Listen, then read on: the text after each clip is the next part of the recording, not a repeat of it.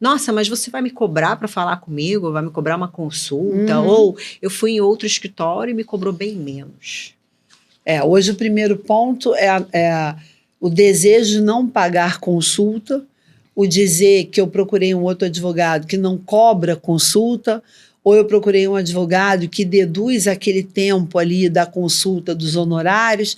É onde a gente precisa entender, Elisandra, que prestamos um serviço, mas você tem que se construir como um produto. Então, hoje lá no escritório, nós estabelecemos regras, porque o grande problema, um dos problemas da advocacia é ela não se cuidar como empresa. Então, o jovem advogado, ele faz curso de oratória, curso de precificação, curso de contrato, curso de marca, curso de um monte de coisa. E aí ele recebe lá o primeiro cliente dele. Quando ele recebe o primeiro cliente dele, esse cliente já não quer pagar, já quer que ele contrate para receber só no êxito. Como ele está ansioso pelo primeiro cliente, ele já aceitou esse aqui. Aí vem um outro cliente que te pressiona, por exemplo, a juntar uma procuração num processo, mas ainda nem assinou o seu contrato. No meio de tudo isso aqui, vem a sogra do seu irmão, que quer que você faça uma ação de usucapião de graça, e o primo do seu vizinho, que quer também que você faça um inventário para receber só quando acabar.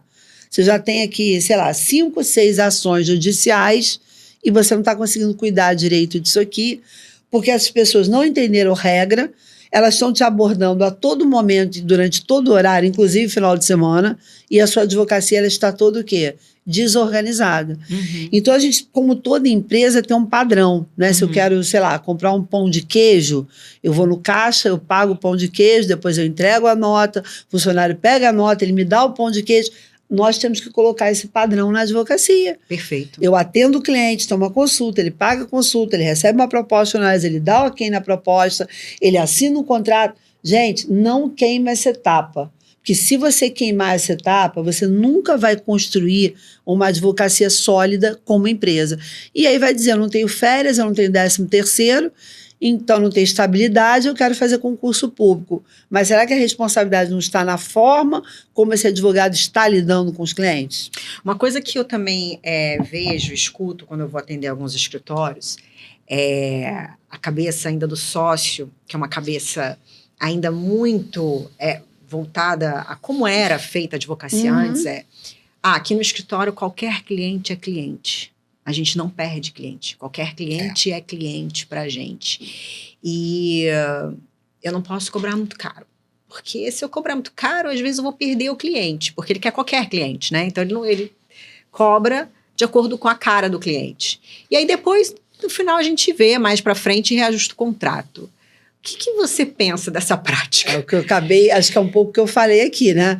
A gente, quando entra para comprar um pão de queijo, tem uma regra. O pão de queijo custa tanto, não importa quem está comprando o pão de queijo, e a regra é aquela ali. A mesma coisa é a advocacia. Você vai chegar lá no escritório, quanto nós cobramos por uma ação de guarda? É X, porque eu mensuro o trabalho. Claro que é onde conhecer o processo me dá essa segurança para precificar mais fácil. Aliás, eu acho, Lisandra, que todo advogado do contencioso ele tem que saber processo. Até quem mexe com contrato tem que saber processo para elaborar um contrato com cláusulas ali. Para evitar justamente exatamente. o litígio. Então, assim, a gente tem que ter padrão, inclusive, de preço.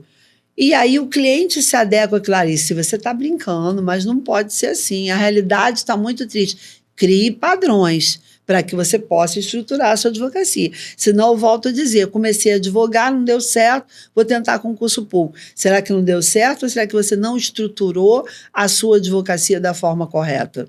Eu penso que não é você que tem que buscar se encaixar no bolso do cliente, né? Sim. Ele que tem que se adequar ao seu escritório. Sim. E se aquele cliente não consegue se adequar, ele não é cliente para você. Então, aquela mentalidade de que qualquer cliente é cliente aqui do escritório, a gente não perde clientes, é uma mentalidade que acaba sendo um tiro, né? Um tiro na cabeça, porque você vai querer pegar qualquer cliente, e às vezes não é o cliente para o seu escritório, aí, não Lisandra, é o cliente que vai valorizar a sua advocacia. E a pergunta que eu sempre faço, será que é melhor você ter 15 clientes ou você ter 5 clientes que você consegue, sexta-feira, falar com eles, mandar um relatório do processo. Porque esses 5 que você cuida ali de forma bem próxima do cliente, de forma bem personalizada, certamente ele vai trazer mais 5 bons clientes. Será que esses 15 que você colocou para dentro de qualquer forma, quem vai vir para o seu escritório? E é isso que a gente precisa determinar. E acaba sendo muito caro, né? Você aceitar qualquer cliente te pagando qualquer coisa e você se vê, como você falou muitas vezes, com o seu dia lotado de coisas para resolver. Você está ali com a sua carteira cheia de clientes e processos que te ligam a qualquer hora do dia, às vezes até final de semana. Sim. Mas quando você vai olhar no final do mês, no final das contas, você não está sendo pago para praticamente nada. Nada. E aí você começa a gerar uma desmotivação, você não atende aqueles clientes bons, quer dizer, você não atende aqueles clientes bem, Sim. e aí você acaba, na verdade, trazendo uma má reputação para o seu nome, porque você não fez um bom trabalho. E ninguém faz um bom trabalho quando não está sendo pago, remunerado, porque você desmotiva. Você falou uma coisa muito importante que as pessoas têm dificuldade de falar, né? De remuneração. Gente, todo profissional espera uma boa remuneração, e isso é super legítimo. Nós nos motivamos com uma boa remuneração. Quando eu sei que é um cliente que está disposto a me remunerar no justo, eu entendo que ele consegue compreender o tipo de trabalho que também eu vou prestar para ele. Isso é normal. Mas eu volto àquela questão social da advocacia, de achar que a gente tem que trabalhar de graça, que eu vou fazer justiça. Quando eu percebo que para aquele cliente o custo do processo vai ficar alto e pode vir uma dificuldade quanto a pagamento de perícia, despesa, etc. e tal. É uma pessoa que eu sinto que tem mais dificuldade, fez um esforço. Gente, não tem problema, com muito amor. A gente busca a Defensoria Pública. Eles fazem um bom trabalho, eles vão dar um bom atendimento. Eles não vão dar o atendimento, talvez, personalizado, que um cliente que tem uma capacidade financeira melhor gosta de ter. Mas você concorda, Elisângela? Tem essa dificuldade também aqui na advocacia. Claro que não é o tom, vai para a Defensoria Pública. Não é nesse sentido. Eu oriento mesmo. Gente, você sabia que eles fizeram concurso, eles passaram em concurso. Existem defensores maravilhosos que vão te dar um excelente atendimento, às vezes melhor do que um advogado que não está capacitado. É uma realidade que nós vivemos.